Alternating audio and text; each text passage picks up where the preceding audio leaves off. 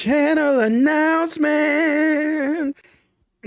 Pardon my angelic vocals. So this weekend, I'm going to be making a channel update video telling you all about the new series that I have coming out that should be starting next week, Lord willing. However, right now I need your help on one of those shows because it's going to be interactive. That show is called The Unseen 1970 to Present. And what is that exactly? Well, I'm glad you asked. The Unseen 1970 to Present was a marathon that I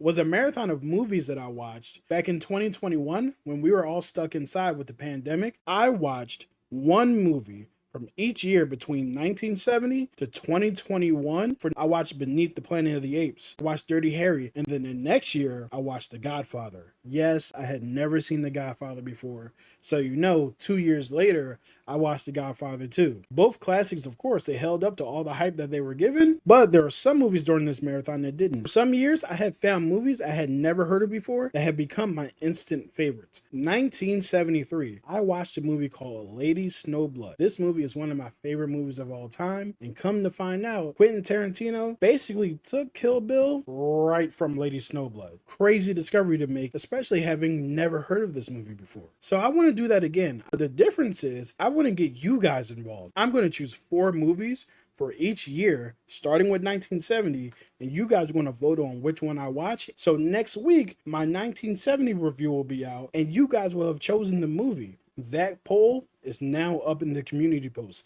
so you guys can vote on it. And I cannot wait to go on this journey with you guys. That'll be pretty much 33 to 34 weeks. So 1970 to 2000. 30 years. How many years is 1970 to 2024? 1970 ended 52 years ago. Okay.